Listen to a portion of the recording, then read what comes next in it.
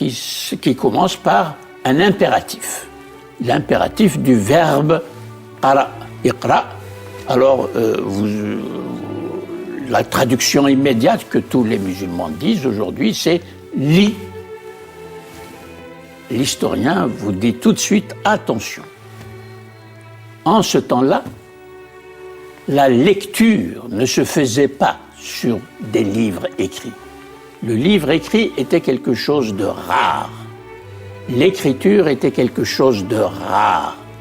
Et d'une façon plus générale, la parole prophétique, pas seulement le prophète Mohammed, la parole prophétique a une très longue histoire, parce qu'il faut remonter jusqu'à la Genèse de la Bible et tous les prophètes que le Coran mentionne.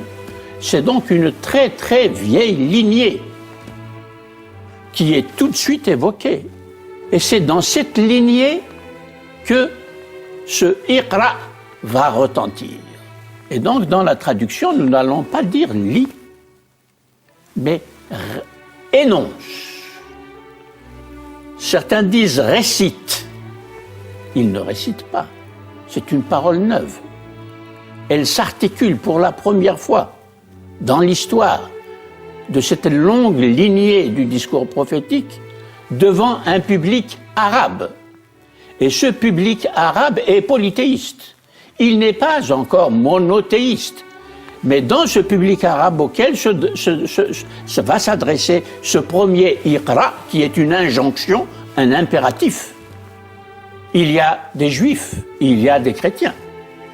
Donc vous voyez, il faut se préoccuper de l'audience de cet impératif. Alors justement, nous allons... Si nous disons tout de suite « lis », on va s'engager dans une ligne d'interprétation de l'ensemble du Coran qui va être entièrement faussée. Pourquoi ? Parce que nous allons négliger l'importance de la parole vivante prononcée par quelqu'un devant des visages humains qui l'écoutent, qui le regardent, qui vont être étonnés par la nouveauté de ce discours qui retentit pour la première fois dans la langue arabe. On va rater tout ça.